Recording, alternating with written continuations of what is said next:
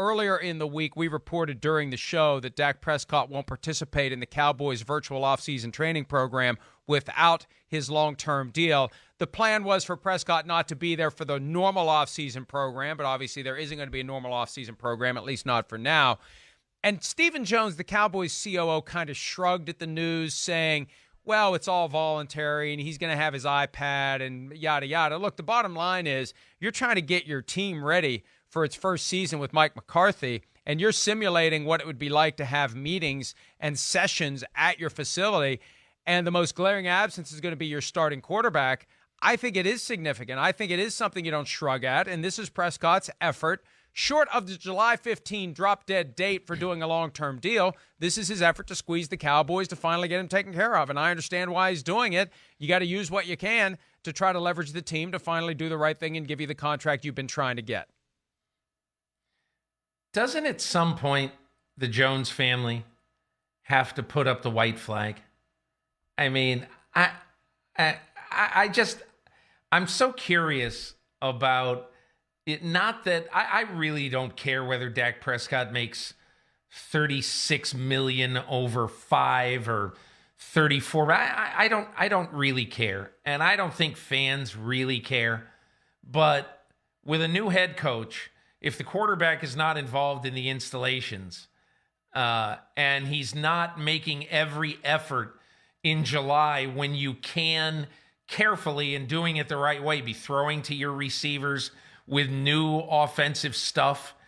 I just think at some point the Cowboys have to basically say, okay, let's draw a line in the middle and compromise, and let's each meet in the middle, because this is just gone on too long. The Cowboys blew it at the beginning. Mike, we've talked about this before. Have you ever in your life, one time, ever seen a quarterback negotiation where on, July 9th, you paid less than what you offered on January 1st? I mean, prices don't go backwards. They don't do that.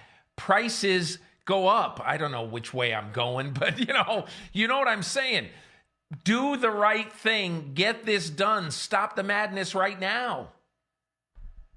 And look, I think one of the concerns is the true deadline is July 15. You don't want to move to your bottom line prematurely because you will be squeezed off it when the real deadline arrives in the middle of July. But wherever the Cowboys currently are, Dak Prescott clearly doesn't like it. And people will say to me, why are you always supporting the player in these situations? Well, I would assume that over the past decade, as we become more sensitive to the physical demands and the real risk that the players take, we would be more sensitive to the notion that they should get every dollar they can while they can get it. But beyond that, the Cowboys at every turn have taken advantage of the devices in place to keep Dak Prescott around for the lowest possible cost. They squatted on him for his entire rookie contract. He made $2 million in salary last year. They didn't renegotiate the deal. They didn't take away the injury risk from him last year. And then they used the franchise tag to keep him off the market. I keep coming back to that, Peter. Once you activate the process that is the franchise tag, you have to accept the fact that the player has rights under that process as well. Whether it's staying away from the offseason program, whether it's skipping training camp and all of the preseason and showing up just before the start of the season and making the full amount of the franchise tender like Le'Veon Bell did back in 2017, or whether it's skipping the whole year and forcing your way to the market like Bell did in 2018. The player has rights. The team has rights. And if the team wants to avoid the player having the ability to do those things, just don't use the franchise tag and go out and sign him in competition with the open market. Peter, I have no idea what Dak Prescott would get on the open market, but I have a feeling that the Cowboys probably would have gotten a better deal if they had just let Dak see what else is out there, because I don't think anyone else is going to offer him what he's able to leverage under the franchise tag by squeezing the Cowboys the way that he is. Maybe, Mike, but it only takes one. And if you're not willing to live with the bluff calling, with either result of the bluff calling, I wouldn't do it that way. I would not have done that.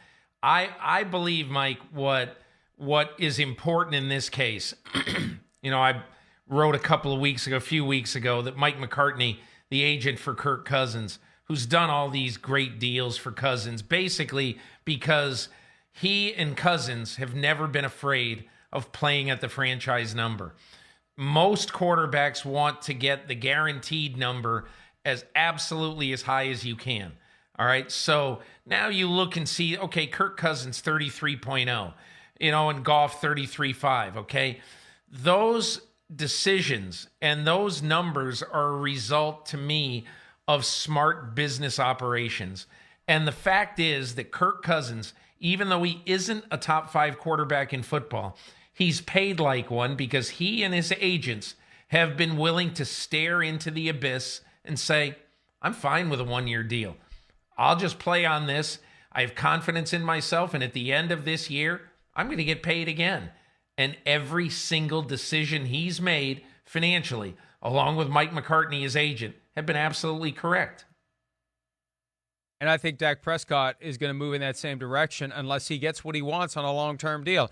Play this year under the franchise tag, 20% raise next year, and then the Cowboys, to get him for that third year, would have to give him a 44% raise over what he makes next year with a 20% raise over the franchise number this year. It gets to the point where you just can't do it, and you have to let him get to the open market. And, Peter, here's why I think that the Cowboys should have considered calling Dak's bluff, because I don't know who would have been out there to say we're going to give him $35 million a year. And even if you're giving him $35 million a year, which is what he apparently wants from the Cowboys, you're not giving him the spot as the starting quarterback of the Dallas Cowboys. You're the starting quarterback of some other team that is not the Dallas Cowboys, and the earning potential that goes along with that goes away.